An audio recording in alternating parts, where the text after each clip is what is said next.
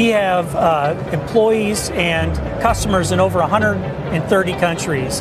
We have operations located in around 30 countries where we have factories and offices. And our number one goal is to make sure that we're structuring our business in those markets as times change to make sure that we're protecting our assets and investing at the appropriate levels. 1 minute ago, a shocking twist in the John Deere scandal came to light. They're facing a massive lawsuit over Clean Air Act violations. The company once beloved by American farmers has now been caught up in a serious legal mess. What drove this trusted brand to take actions that seem to undermine the very people who built its legacy? Greed over growth. Imagine a company once beloved by American farmers now embroiled in controversy over the way it treats its workers and its customers. Layoffs, jobs being shipped off to Mexico, and blocking farmers from repairing their own equipment. It's all happening right now, and it's painting a troubling picture. But what's really going on behind the scenes? What drove this trusted brand to take actions that seem to undermine the very people who built its legacy? The answer reveals a conflict far deeper than machinery, a battle over power, control, and the future of American farming. John Deere used to be the gold standard of reliability for farmers, a symbol of American craftsmanship and trustworthiness. Those days, however, are fading into memory.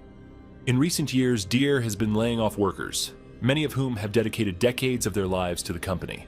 The reason? It's cheaper to manufacture products in Mexico, where labor costs are significantly lower. Imagine working somewhere for 30 years, giving your best day in and day out, only to have your job taken away because the company wants to save a few bucks.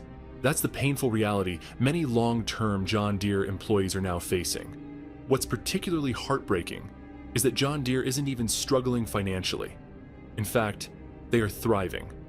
Last year alone, they made over $1 billion in profit. Despite this, they're cutting jobs, offshoring labor, and rewarding their CEO with an astronomical paycheck, a staggering $26 million. To add insult to injury, they've been spending billions of dollars buying back their own stock just to keep shareholders satisfied.